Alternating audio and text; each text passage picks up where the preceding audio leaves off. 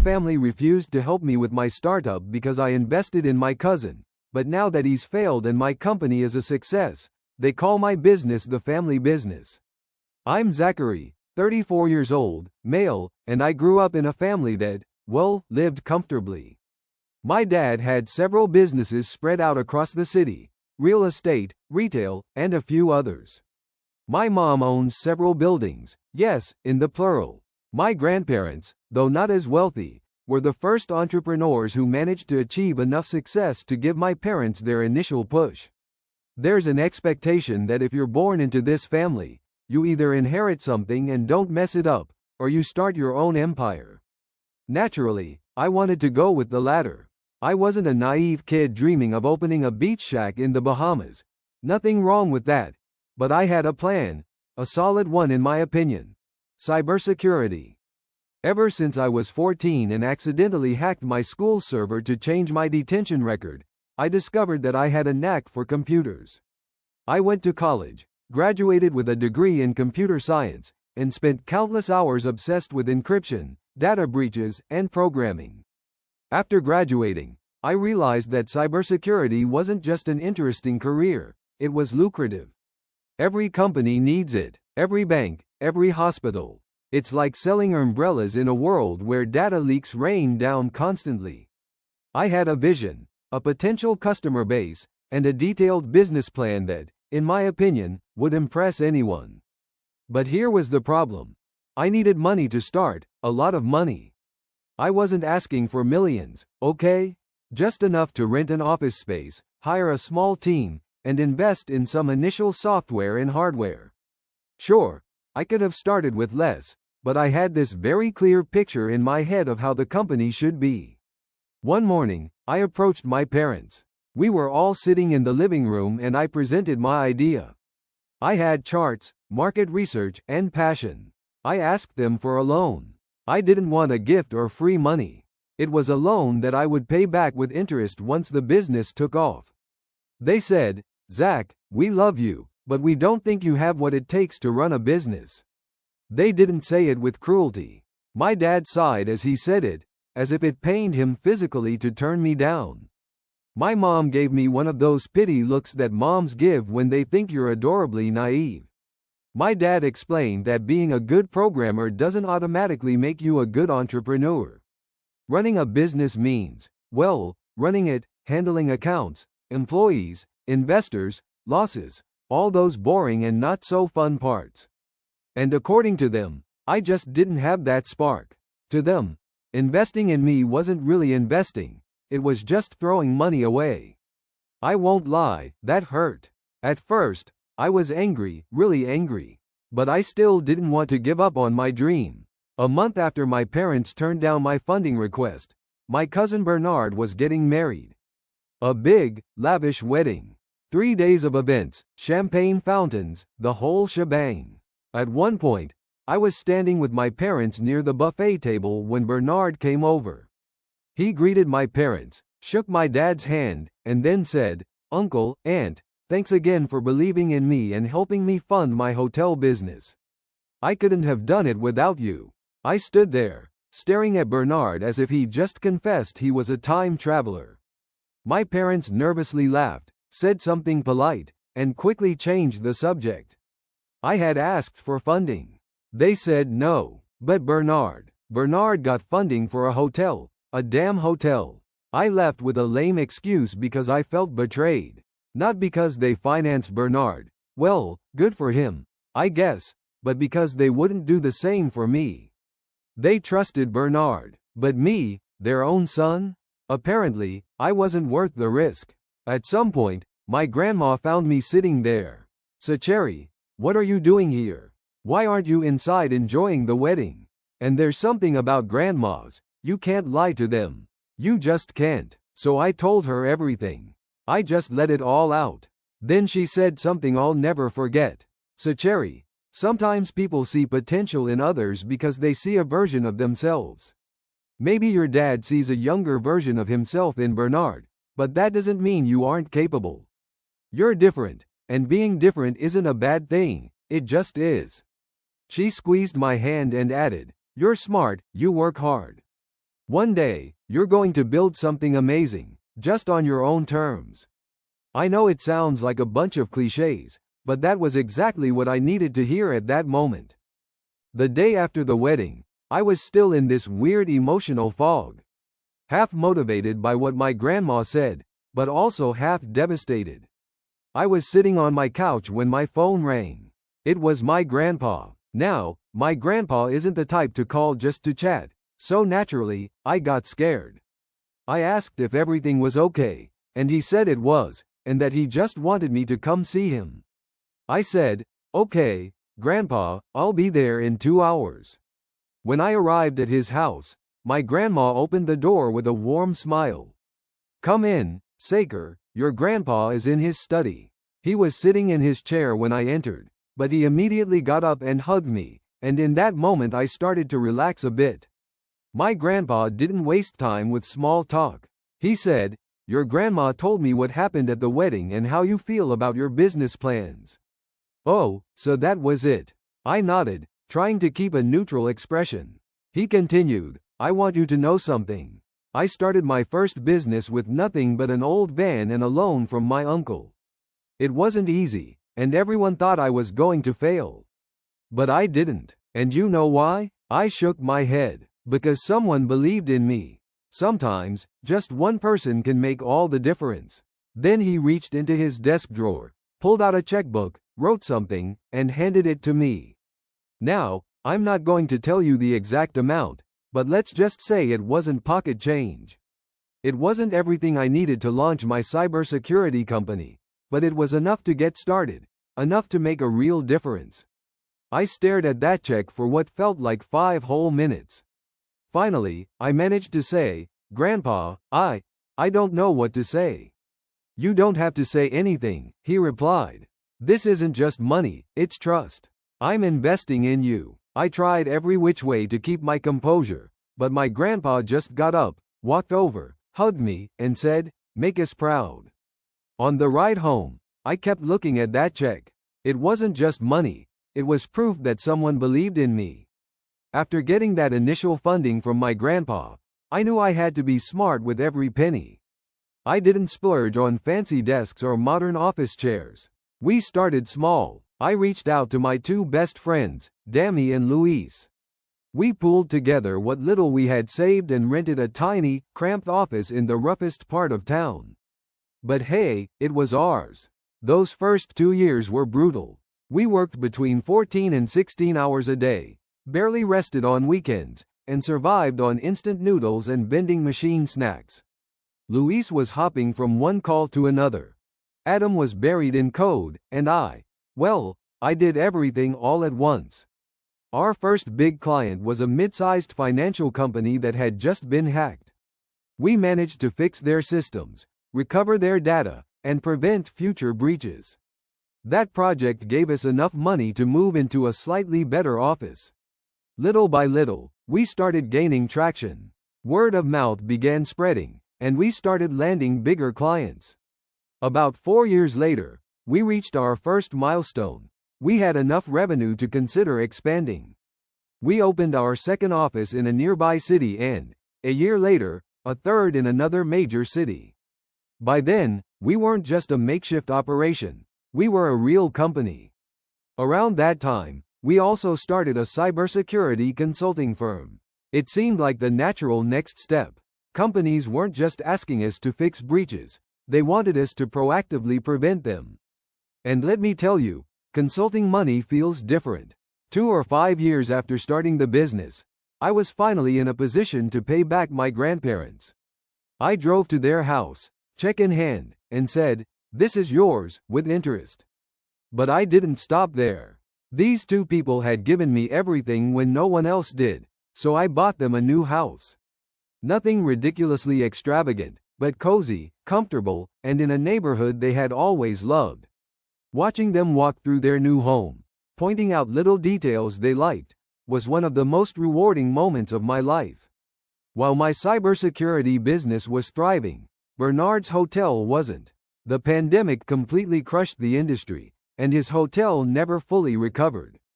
Apparently, my parents even gave him more money to help out. But despite their efforts, and honestly, I feel bad for him, the hotel eventually closed.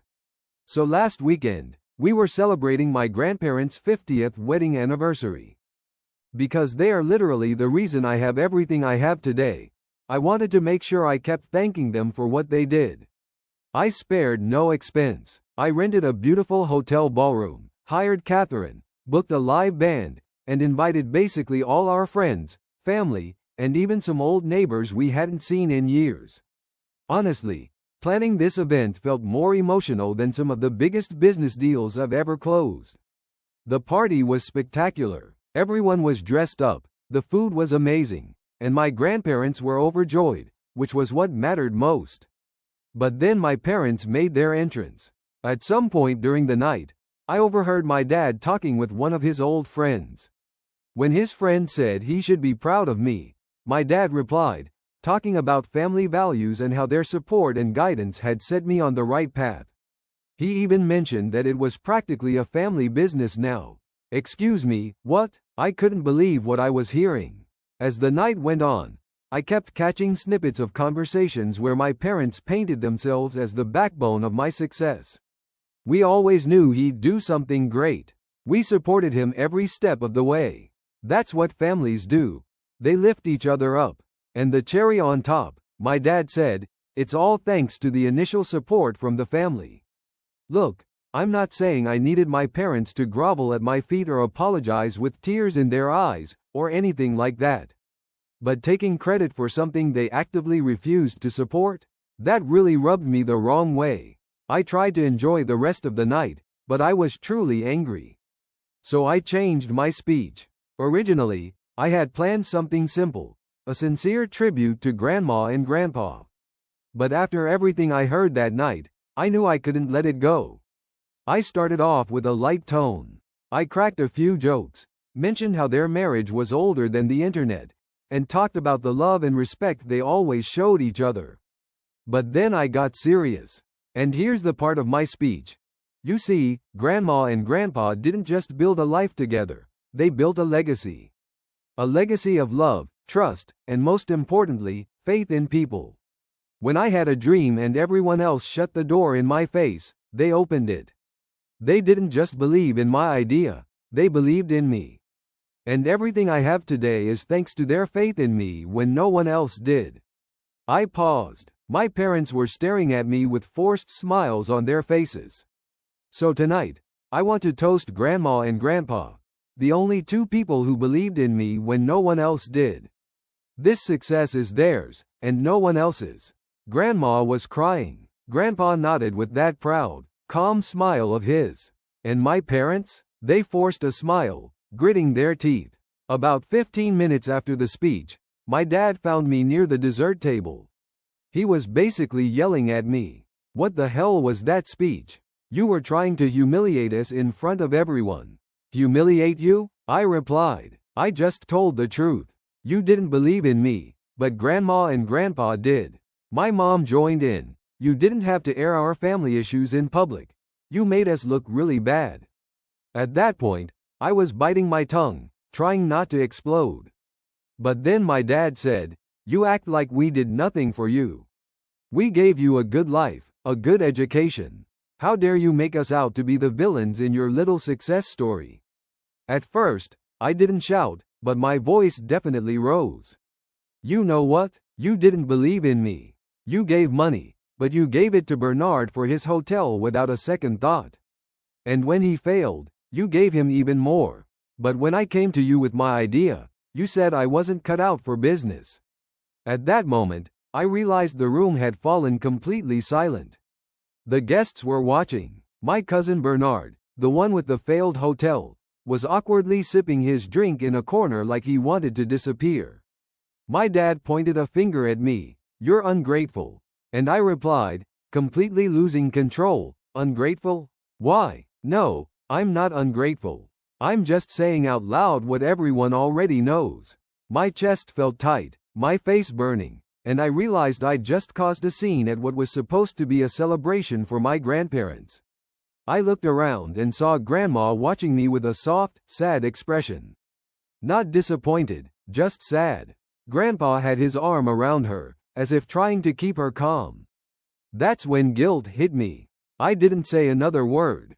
I just turned around, left the ballroom without even grabbing my coat, got in my car, slammed the door, and sat there for a few minutes, staring at the wheel, trying to calm down. I didn't sleep that night. I replayed the argument over and over in my head. The next morning, I got a text from Grandma. "Zachary, we love you so much. Please don't feel bad about last night, we understand." But that didn't really make me feel any better. I've been thinking a lot about it, read it. I went too far. I ruined what was supposed to be a night for my grandparents. Before continuing, don't forget to subscribe. New stories every day. Update 1. I think it's only fair to give you all an update since you've been so great at commenting on my post. I thought things would calm down after that night.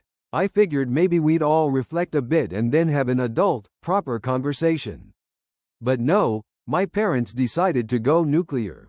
It started small. One cousin texted me something like, "Hey Zach, is it true you manipulated Grandma and Grandpa into giving you money?" That's what Uncle said. At first, I laughed because, come on, it sounded ridiculous. But then the calls kept coming. An aunt sent me a Facebook message saying she was disappointed in how I used my grandparents' emotions to get money from them. So I called my grandma immediately because I needed to know if she was okay. She said, "Don't worry about what others say. We know the truth, and that's all that matters." Honestly, she's the sweetest person ever, and hearing her voice calmed me down a bit. But I couldn't ignore that my parents were out there spinning a twisted narrative. I'm not someone who likes confrontation, despite what my meltdown at the anniversary might suggest. But this time, I couldn't let it slide. I called my parents and asked, "What the hell are you telling everyone? Why are people calling me a manipulator who used Grandma and Grandpa for money?" To that, my mom replied, "Well, didn't you cry with them? Didn't you make them feel sorry for you? That's manipulation." I said, "I wasn't crying with them. I was telling them how I feel because that's called having emotions." I heard my dad talking in the background. "You can interpret it however you want, Zachary, but everyone sees you for what you really are now." I told them, "Fine, go ahead and tell everyone what you want. I'm tired of trying to explain," and I hung up. I thought that hanging up would give me some peace, but it didn't. Over the next week, the rumors just got worse. One relative said they heard I threatened to cut off Grandma and Grandpa if they didn't give me money. Another said I bragged about how I manipulated them and even laughed about it afterward. I felt like I was losing my mind. I mean, how do you fight something like this? It's so absurd it almost seems funny, except it's not funny when the people you care about start believing it. One day, my cousin Bernard, yes, that Bernard, actually called me. He said, "Hey man, I know things are rough right now, but do you think you could talk to Uncle and Aunt and fix this?" I said, "There's nothing to fix, Bernard. They know the truth. They're just choosing to ignore it." He sent a text to my parents saying, "I can't keep doing this. My parents have decided to spread these lies, and I can't keep trying to convince them otherwise. I'm going to step away from this relationship for a while. I love them both, but I can't let this keep hurting me." And that was it. I blocked them on social media because they were posting passive-aggressive stuff about me. I stopped responding to relatives who were clearly just looking for gossip. I'm in a weird place right now. If anything happens, I'll keep you all updated. Update 2. It's been a while. Wow, has it been a while? I wish I could come back with better news, but life doesn't always hand you good news. My grandpa passed away last month. The only good thing I can say about it is that he went peacefully in his sleep. In a way, it was peaceful. But man, it still hit me like a ton of bricks. I don't need to explain how important he was to me. Not for the money, but for his support and as a role model. As soon as I got the news, I packed a bag and drove straight to Grandma's place. She looked so small and fragile when I got there, but she still managed a weak smile and a hug. I don't think I've ever hugged anyone as strong as her. Organizing the funeral was hard, but I had to do it for Grandma. My parents were there too, and although we acted civil, there was this weird, extra tension in the air. As if we all knew there were unresolved issues but no one had the energy to address them in the middle of our grief. The funeral itself was beautiful, honestly. Hundreds of people attended. My grandpa was one of those genuinely good souls, and seeing how many lives he touched was overwhelming. Old business partners, childhood friends, neighbors. People came from all over to pay their respects. I tried to stay composed during the eulogy, but man, I lost it halfway through. Grandma held my hand the entire time, and I'm so grateful she was there because I don't think I could have managed it otherwise. Now, here's where things got a bit complicated. My grandpa wasn't incredibly rich or anything like that, but he owned a few properties, including a beautiful lake house. The kind of place you'd see in postcards. A wooden dock, huge windows overlooking the water, surrounded by trees. My dad spent a lot of time there as a kid, and I even have memories of running along the dock, fishing with grandpa, and roasting marshmallows by the fire. So, during the reading of the will, the lawyers started listing the assets. Then we got to the lake house. My grandpa left it to me and my cousin Laura. For context, Laura is the daughter of my dad's sister. She's honestly great, someone I really get along with. But the moment my dad heard those words, "Soccer and Laura will share ownership of the lake house," I swear I saw him clench his jaw. He didn't say anything at the moment, but his face said it all. He was furious. Like, really furious. After the reading, he left without saying a word. My mom followed him, and I just sat there uncomfortably with Laura and Grandma. In the days that followed while I stayed with Grandma, my dad completely avoided me.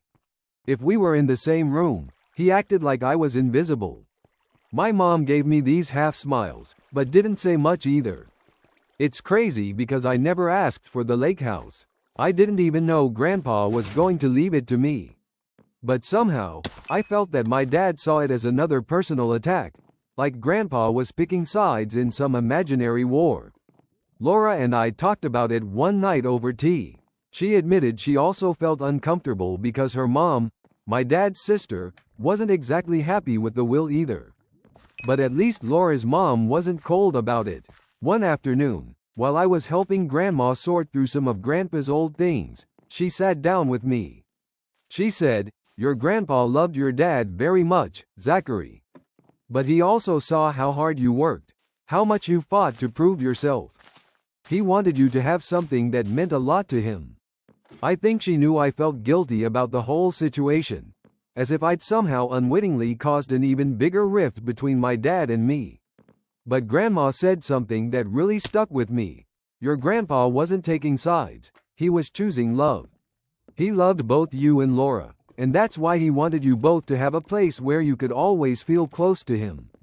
The night before I was set to go home, I ran into my dad in the kitchen.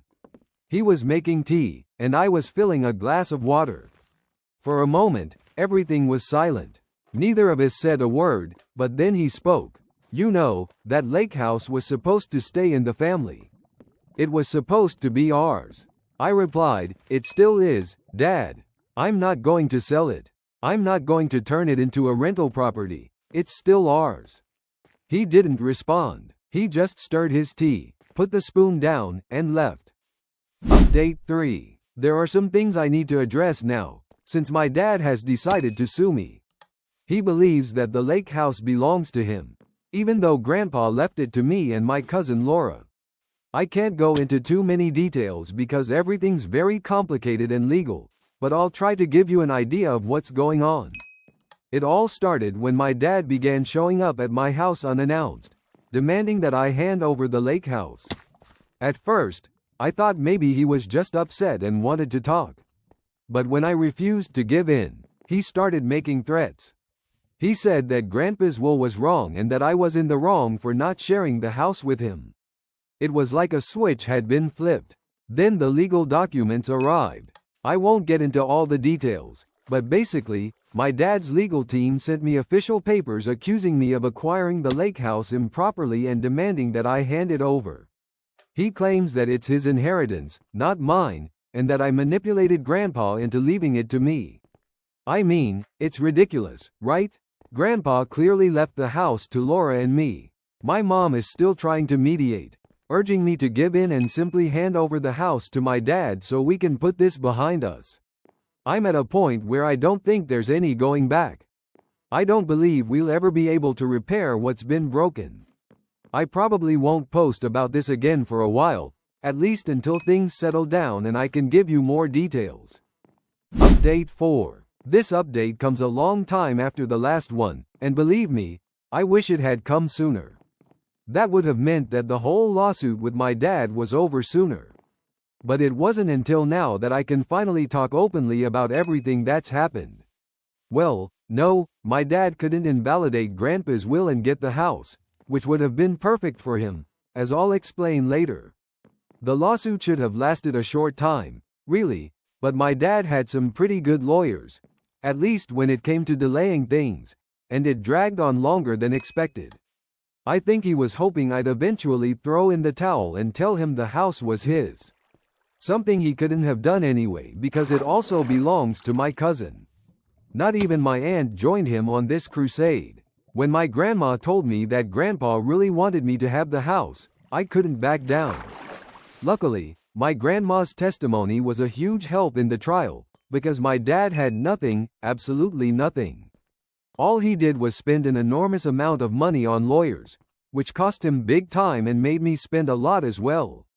But if there's one good thing that came out of everything he did, it's that besides his narrative that I manipulated Grandpa to benefit the family, he spread that story to more people, to the point where it started affecting my business.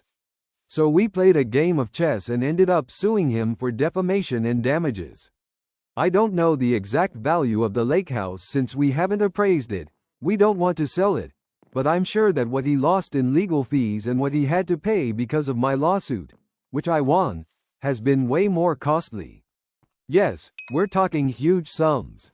And this is especially bad for my dad, because part of his obsession with Grandpa's lake house wasn't about the memories. He wanted to make money off of it. He planned to get it so he could sell it.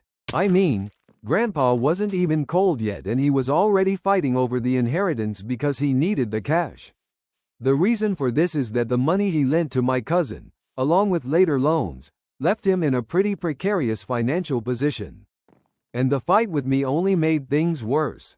He can't really blame anyone but himself, because he brought it on. He could have used all the money he spent on lawyers to pay off his debts and still have some stability. My parents ended up having to sell their house. Part of the money went to pay for my lawsuit and the rest to cover other debts. Many of you have been hit hard financially by that bad investment. They still have my dad's business, which, as far as I know, is profitable. However, he's been looking to sell part of it to help ease some debts. Someone in the family even suggested that I buy it so the business stays in the family. But having my dad as a partner isn't exactly the most tempting idea right now, and besides, it's not an industry I like or where I can really contribute with my skills. At least I know my dad won't have any money left to keep suing over every little thing he comes up with. Editor's note: my dad sold part of his company to a relative. I figured that might interest some people who asked about it.